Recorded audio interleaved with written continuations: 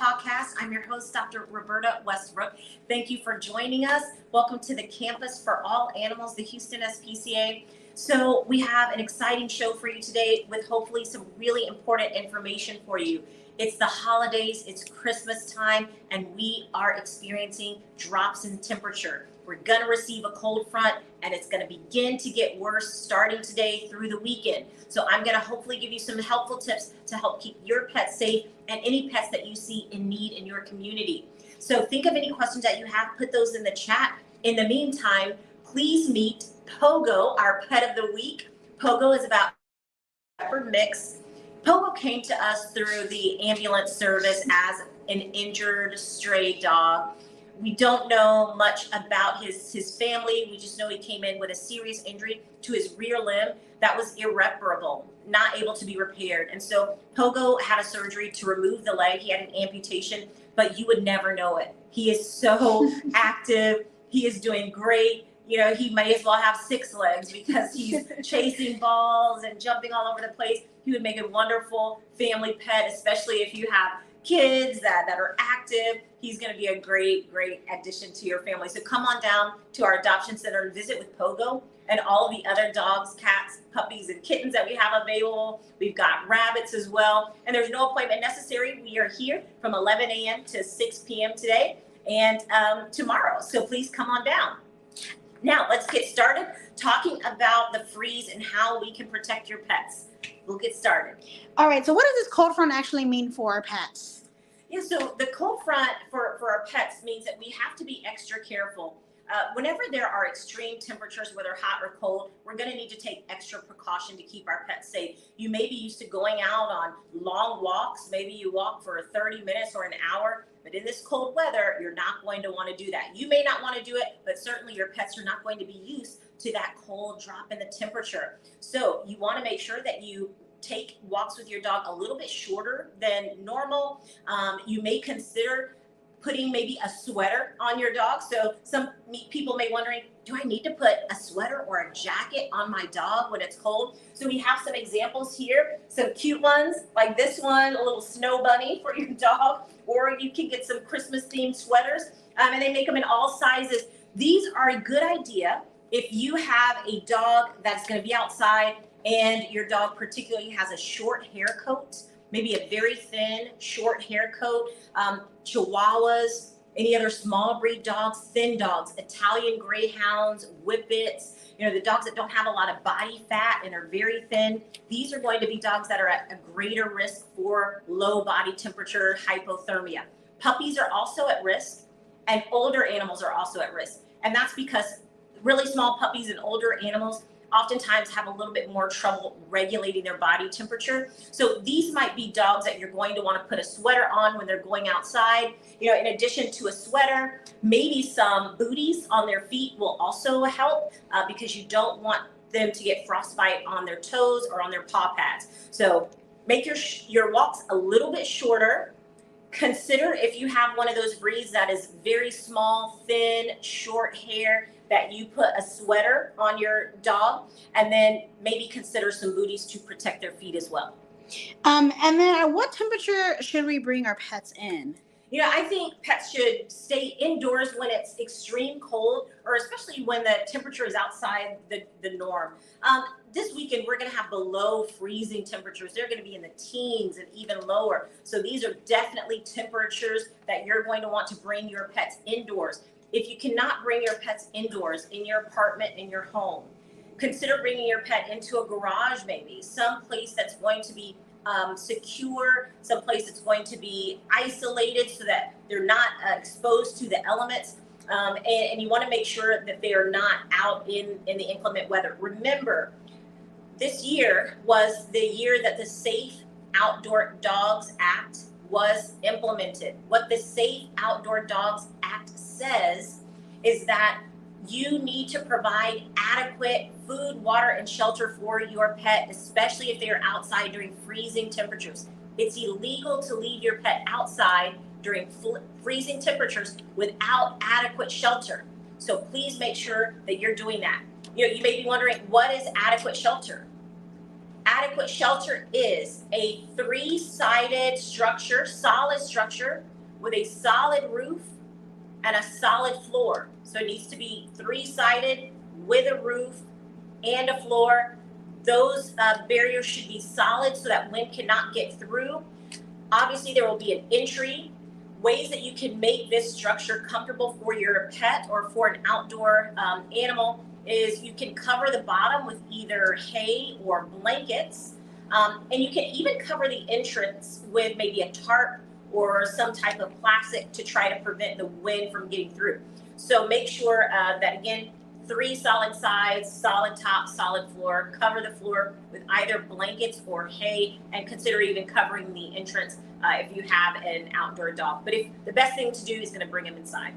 And then if left outside without adequate shelter, how long can an animal be left there without it becoming life-threatening? Yeah, it can become life-threatening pretty quickly. It's difficult to know exactly how long that can take, but it certainly can take a very short period of time. And some of the variables that are going to determine how life-threatening it becomes and how soon is going to be obviously, the type of dog, how much hair coat they have, their body fat, whether or not they're healthy to begin with, whether they're old or young. All of these inherent traits about the animal may affect how well they're able to handle these cold temperatures. So we don't want to risk it. We don't want to say, we don't want to push that limit. So very short walks, short periods of time. Don't let them outside for hours, for example.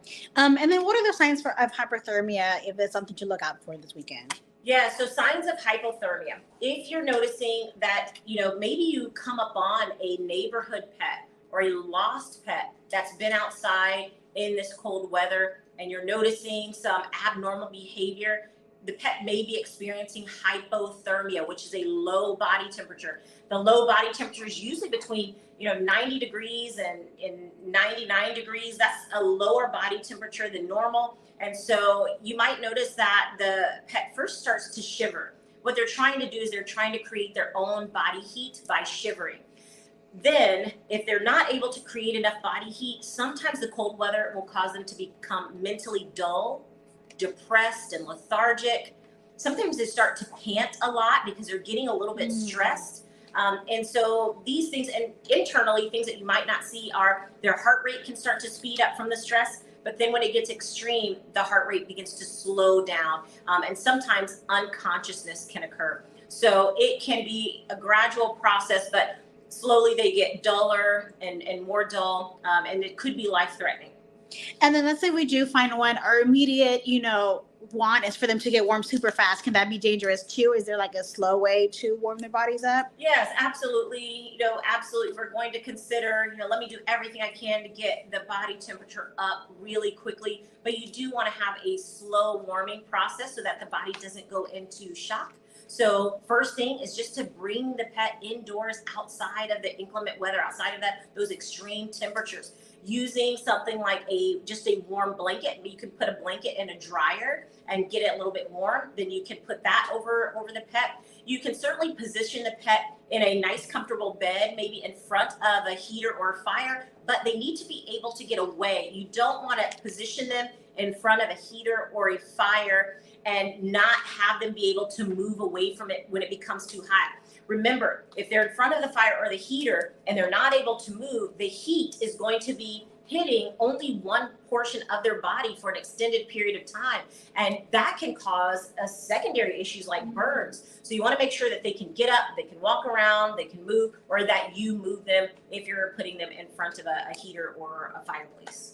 And, you briefly mentioned, the short hair dogs. What about, huskies? We know they love the coat, but can they still be affected when it gets a certain temperature? That's such a great question. We oftentimes see lots of videos of huskies outside in the snow. They don't want to come in. They don't want to come in. And sure, that can happen, and they can really enjoy the cold weather for short periods of time. But if they are not acclimated to it, long periods of time, it could become dangerous for them, particularly in the way of frostbite on the toes and the paw pads. So making sure that you bring them inside, give their body time to warm up so that they don't experience frostbite would be the best thing. Now, huskies do have double coats. So they have an undercoat, and then they have a tougher, more coarse outer coat, like guard hairs that help to protect them during the winter. but you still want to make sure that they have adequate shelter and that they can get away from the cold. Short periods of time when they're playing and romping around in the snow or the cold weather is fine, but extended periods could still put them at risk for hypothermia and or frostbite. And apart from frostbite on our paws, sometimes the dog paws get cracked with this in cold. How can we care for them at home for those paws, or what can we do to help prevent them? Absolutely. We got to do our skin care for our dogs. So sometimes those paw pads get dry and cracked. You can use products that you may have around your home already, like coconut oil, or you can use even products like petroleum jelly or Vaseline. But you can buy commercial products from your local pet store that are made for the paw pads, that are little balms that you can rub on the paw pads that will keep them safe, that may be made from cocoa butter or oatmeal based. And so those might be good products that you might want to pick up before this freeze happens. And if my dog, is really small, 20-pound pet that's super cold all the time, doesn't want to go outside to potty, what can we do to help them? Yes. Or can we make, pee pads inside the house? They're not wanting to go outside at all. That's a great question. Yeah, it's going to be cold. Who's going to want to go outside? If it's outside, what you might be able to do is make the area right outside your home comfortable for your pet to walk on. They may not want to walk on the very cold ground. So you can even put a mat out so that they can kind of go out on the mat first to kind of get them outside. You could try to use pee pads in the home. If they're not used to a pee pad, it may be a little bit of a learning curve for them to be able to use that. But at your local pet store, you can also get sort of these little patches of grass that look like grass, smell like grass. They're really good for training, and it attracts your pet to that little square of grass, and they may be able to eliminate inside your home. But making those walks very quick, maybe carrying your puppy, your small little dog outside, placing them on the grass, letting them urinate and or defecate, and then carrying them back in might be the way to go if they're sort of refusing to come out on a leash. And for cats that are unsocialized that are outside, they're not indoor pets usually, what precautions can we offer them? Yes, there are a lot of homeless cats that are out on the street, and if it is in your heart to do so, we certainly advise you to help those animals by creating nice, comfortable areas where they can get away from the cold. Sometimes that means taking a large plastic bin that you can get from your local store and cutting a hole in the side of it. And you can line the bottom of that plastic bin with blankets. You can put food in there. You can put water in there. And this will be a way that cats in the community can get into those bins and protect themselves from the cold. And placing those strategically, maybe if there's some cats in your neighborhood, putting one on your doorstep may be able to save their lives. And is it safe to house, the stray pets in our garage?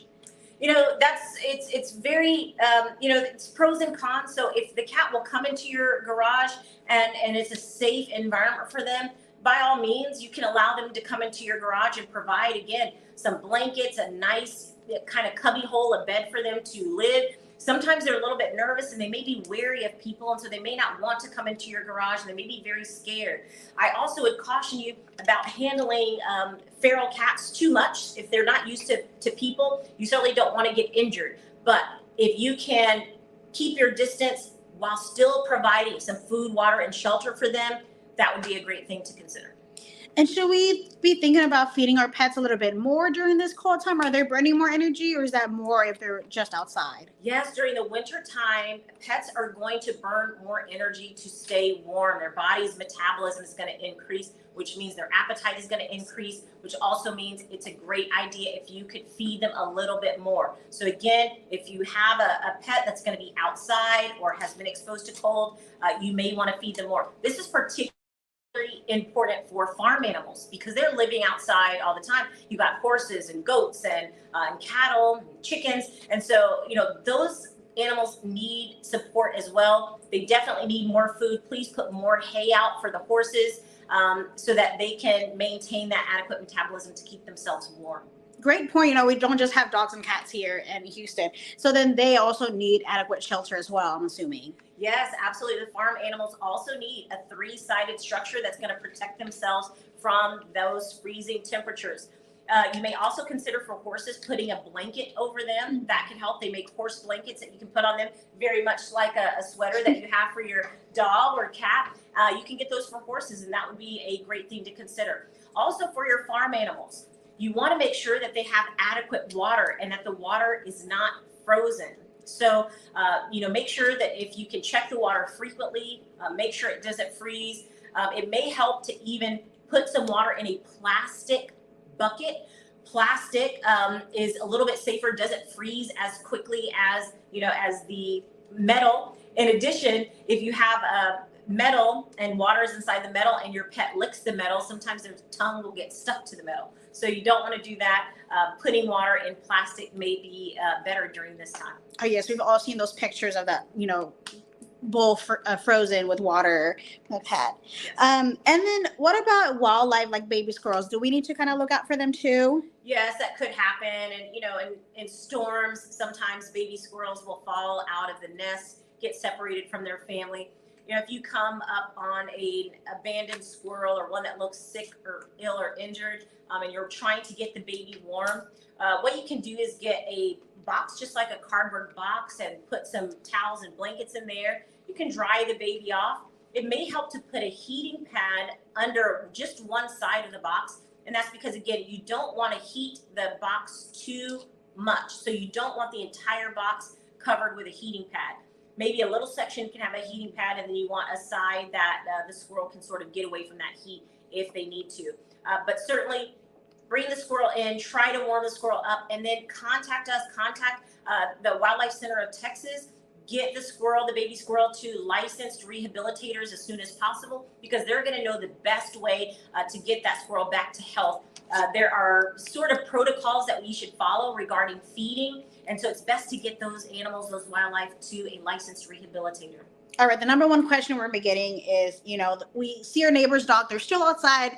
We don't think they have good shelter. What can we do to help them? Okay, so let's say you see a dog outside and the pet needs some help.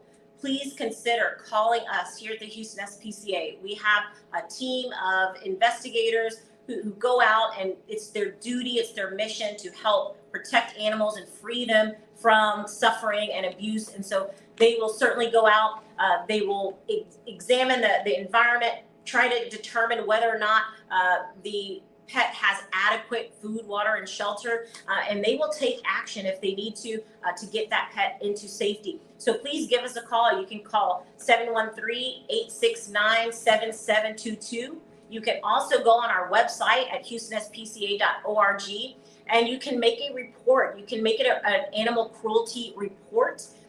With that report, please provide as much information as you can about the current pet's condition. Where is the pet? What are the circumstances? Is there food? Is there water? Is there shelter? Is the pet tethered or loose? All of that information is important.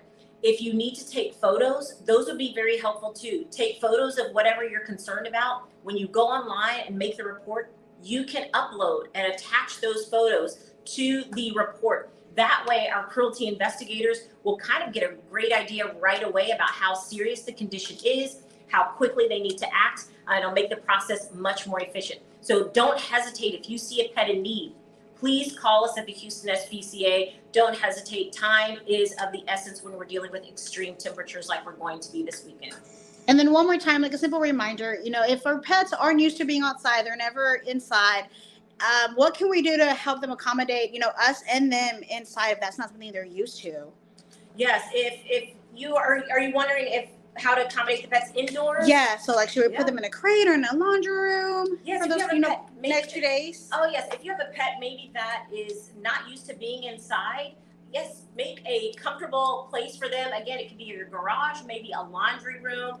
You can separate a little place of your living room, give them a nice comfortable bed, food, water, maybe even a toy. And I think as long as your pets are with you and they feel comforted by you, and they feel your security, then they're probably going to do just fine inside. They may be a little bit nervous, but as long as you're with them and you give them a comfortable space, most pets will take to indoors quite well. Give them some nice treats, and it should be fine. At least for the next few days, that's all we need. Absolutely, for the next few days. Thank you guys so much for joining us. Please take care during these freezing temperatures coming up. Protect yourselves, protect your pets, and happy holidays. Merry Christmas. We'll see you next week.